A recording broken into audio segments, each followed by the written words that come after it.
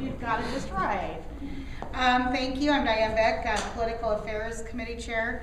We had a great meeting this morning. I'd like to have our illustrious committee please stand up and be recognized. Tom, stand up. Come on, you guys. These are the guys hard working away on government affairs.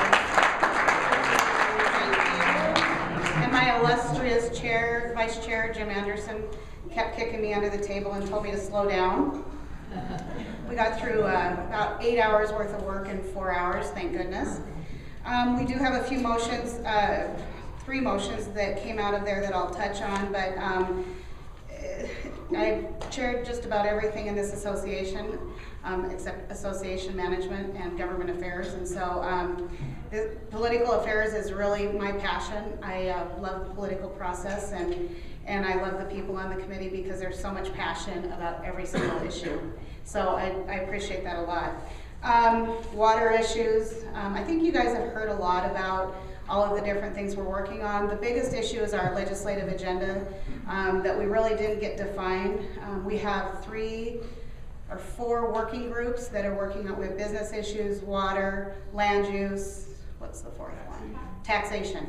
I encourage anybody that wants to participate in any of those specific issue committees to let me know, and I'll get you connected with the chair of those working groups, because that's where the work is getting done.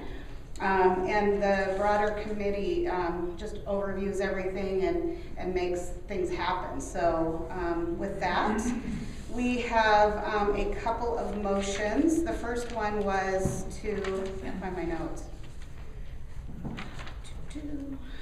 The first motion was to request a performance audit of the Board of Realty Regulation. It was a joint committee of the Professional Development Committee and our Government Affairs Committee. It's the Board of Realty Regulation working group, and so we've had several meetings and lots of discussion. There's just a lot of stuff going on with the Board of Realty Regulation. A motion came out of that group yesterday to request a performance audit of the Board of Realty Regulation. So that will be moving forward. I can answer specific questions on that when I'm done if anyone has any. We hosted 2 focus groups, one in Billings and one in Missoula, that were very well attended in each of those communities by our coalition partners, say home builders, engineers, just different entities that are all related to housing. And so 2 very successful focus groups, so there was a motion to host 4 more of those. I encourage any of the local communities that want to help host those to get a hold of Amy, because there are some logistical things that need to happen. And so you know who the players are in each of your communities, so you'll highly encouraged to work with Amy to host those. So 2 in the spring, 2 in the fall, locations to be determined. So I heard a few places that want to host them, and I got to tell you, I attended the one in Missoula, and it was a packed room, and the brainstorming and the issues that came out of there that we can all work on collectively. It's pretty amazing stuff. So Tom, kudos to you for bringing that forward, and we had a little argument on whether it should be 2 or 4, and Tom won. Only once today. Just teasing. You can agree with me again sometime. One of these days. One of these days. And then, let's see, we had an additional motion out of the working group from yesterday to spend up to $10,000 to review the legislative statutes regarding our licensing. That motion actually ended up getting tabled at the committee level, kind of the cart before the horse. It's like, okay, what are we going to be dealing with as post-licensing, pre-licensing? What does that whole picture look like?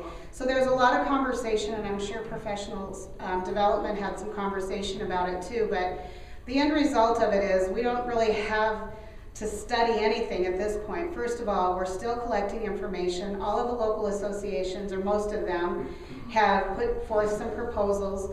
So I propose that our local association executives, the people who are on the front line of dealing with licensees, and I mentioned earlier that the new people coming in, they don't know the difference between the Board of Realty Reg, the Board of Realtors, the association, state association, the local association, the national association, so obviously they're confused.